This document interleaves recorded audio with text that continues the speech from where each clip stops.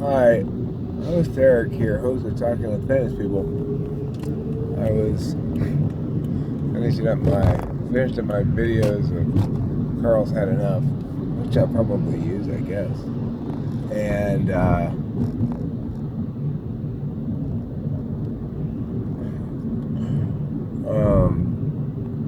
forgot why I turned on the camera in the first place. I was going to turn off the music and make this video, but instead I ended up making Carl's Had Enough videos.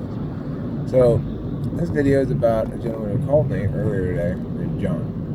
And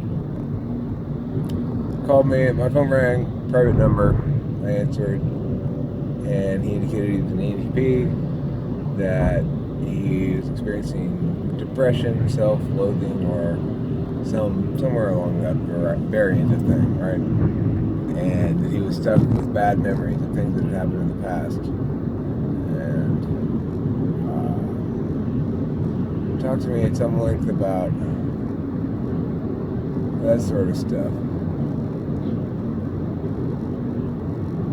I hope I helped him in talking to him. I don't know if I did or not. I recommended I don't know if I should say that or not. Well, yeah, I mean, I did. I said, well, you should get Adderall. I think it's a good idea. I think some people in the world genuinely need it. I think they're generally called ENTPs. So I don't know if he's going to want to do that or not.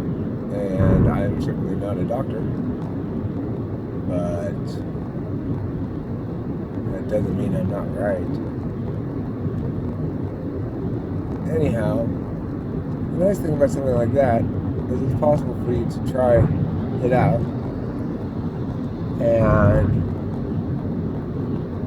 if you don't like it, you can stop taking it. You gotta get a doctor to give it to you. That's a subject for another video.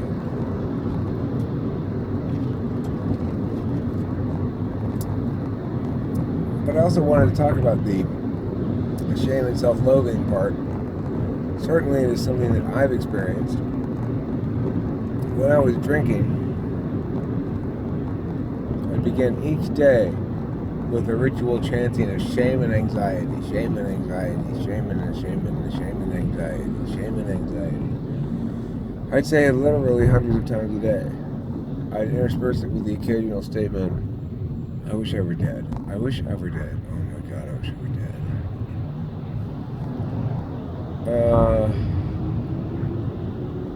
A lot of stuff like,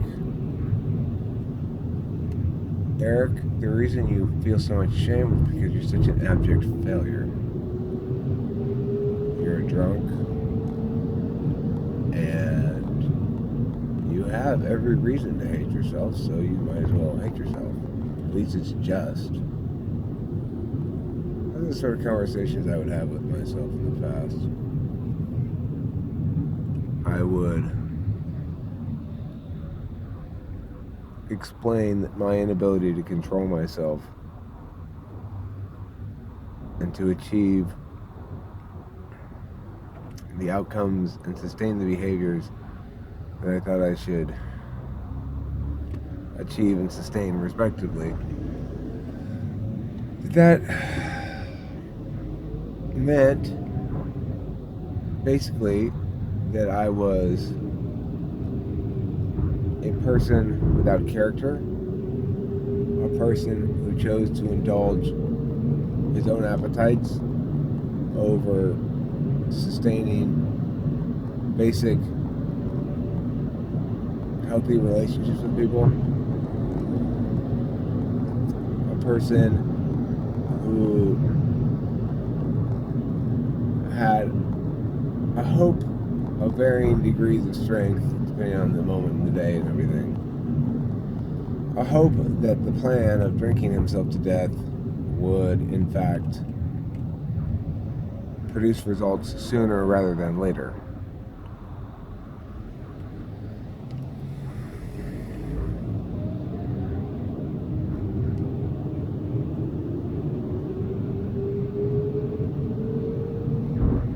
It's a really dark place to be. you get accustomed to the darkness. It's a ritual. You have to conjure it up. You have to sustain it around you.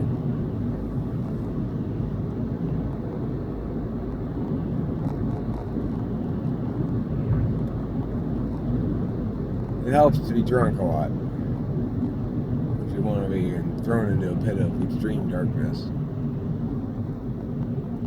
Always wondering exactly what you did, exactly what you said, why you did it, why you said it, what you committed to, what you didn't commit to.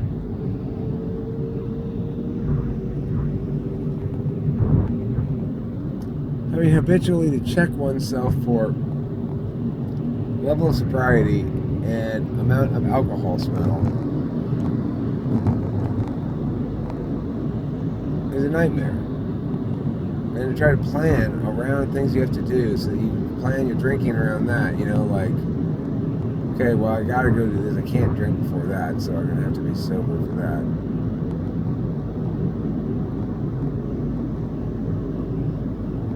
It was awful. Now, it doesn't sound to me like John has an alcohol problem. It sounds to me like John is another victim of ontological violence. Like a lot of ENTPs. We are damaged fucking people, dude. It's unavoidable. It's unavoidable. Society hates us. Society's values and mores, so many of them are structured against us. I mean by that, you are very clearly not supposed to show off. You're very clearly not supposed to talk too much. Those are cardinal sins in a society that prioritizes so highly social grace. And it's terribly unfortunate. There's no reason for it. As I've talked to people, talking with famous people, and as I've watched a few interviews now with Tony and Zach, and I don't know what our total number of famous people is up to now. I'm really curious to see, count them and see. I think I will at some point. At any rate, I'm struck by the varying degrees of social grace that people have, but how that does not correlate strongly at all with the depth of their person. And some of the deepest people I've talked to, or seen Zach and Tony talk to, are people who don't display an outward polish that suggests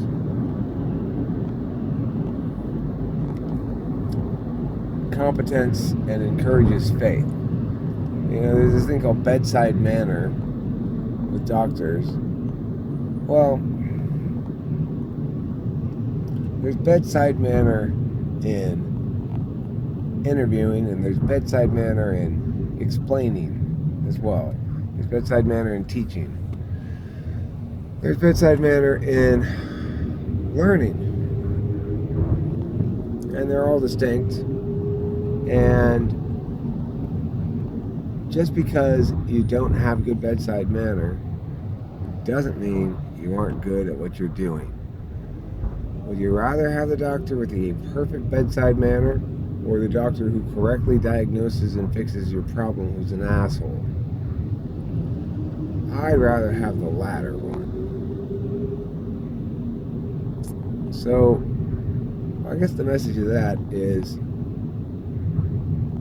we pay a lot of attention as a societies, as a culture, as a country, whatever grouping you want to go. We pay a lot of attention to mistake avoidance on the social display level. I think that's unfortunate. I think we overweight that if we are seeking outcomes of finding finding the brilliance in